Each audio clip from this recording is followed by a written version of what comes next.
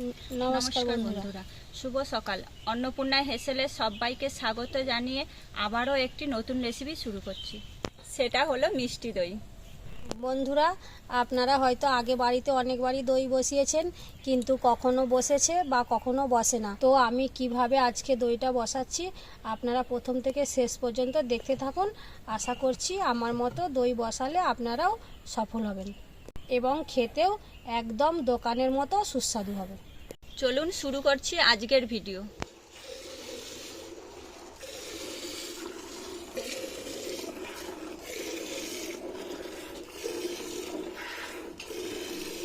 বন্ধুরা, আজকে কিন্তু আমরা আমাদের বাড়ির গরুর দুধ দিয়েই দইটা বসাবো।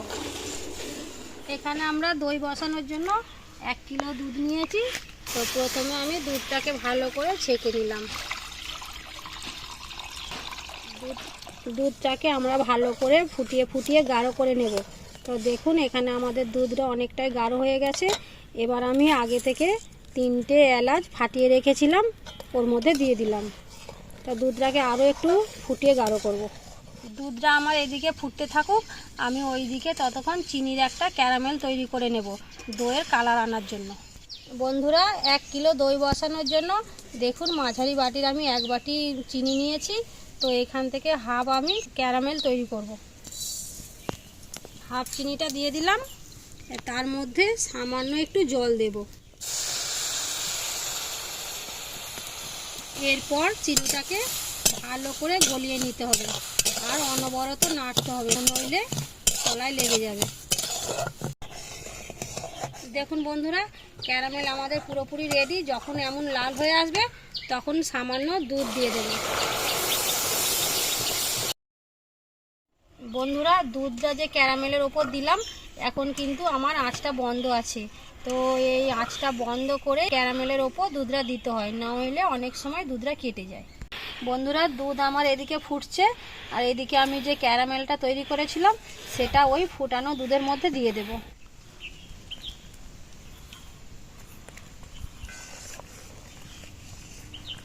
এবার আমার যে হাফ বাটি চিনি ছিল সেই চিনিটা আমি দুধের মধ্যে দিয়ে দিলাম। তো এখানে যেহেতু মিষ্টি দই বসাচ্ছি, অবশ্যই চিনি দিতে হবে। চিনিটা আপনারা আপনাদের মতো দিয়ে দেবেন। চিনিটা দেওয়ার পর বেশ কিছুক্ষণ আরও দুধটাকে ফুটিয়ে নিতে হবে, তারপর আমরা দুধটা নামিয়ে নেব। এবার আমি দুধটা নামিয়ে নিলাম। দই বসানোর জন্য অবশ্যই কিন্তু টক দই লাগবে। সে টক দই বসান বা মিষ্টি দই বসান, সেই দইটা আমি এবার ভালো করে একটি ছাঁকনির সাহায্যে ছেঁকে নেব। দইটা যেন খুব ঠান্ডা না হয়।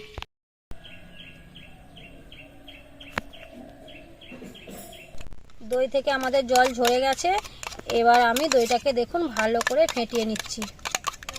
ফেটিয়ে রাখা দইটা দুধের মধ্যে দিয়ে দেব। দিয়ে ভালো করে দুধের সঙ্গে দইটা গুলিয়ে নিতে হবে। দইটা দেওয়ার পর হাতা দিয়ে এইভাবে ভালো করে ফাটতে হবে।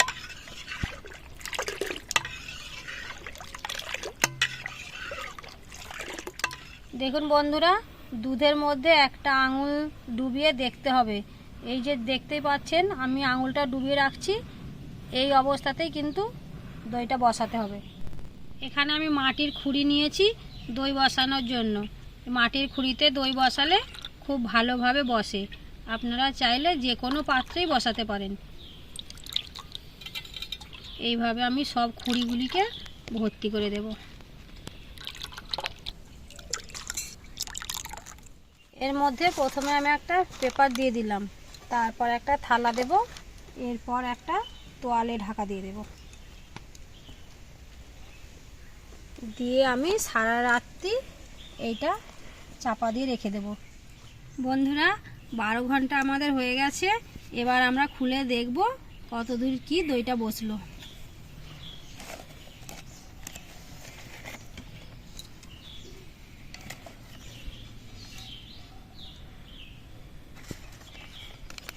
দেখুন বন্ধুরা, 12 ঘন্টা পর কত সুন্দর দইটা বসেছে, পুরো একদম দোকানের মতো।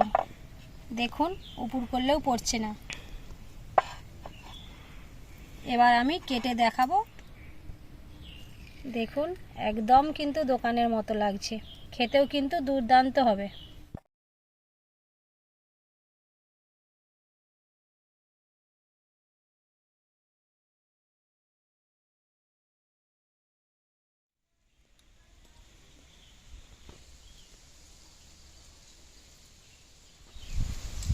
বন্ধুরা, সত্যি পুরো দোকানের মতো টেস্ট হয়েছে। আপনারা অবশ্যই এইভাবে একবার বসাবেন, দেখবেন খুব সুন্দর হবে।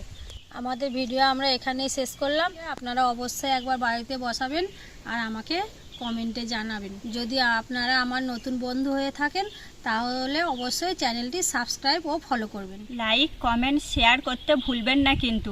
ধন্যবাদ। ধন্যবাদ।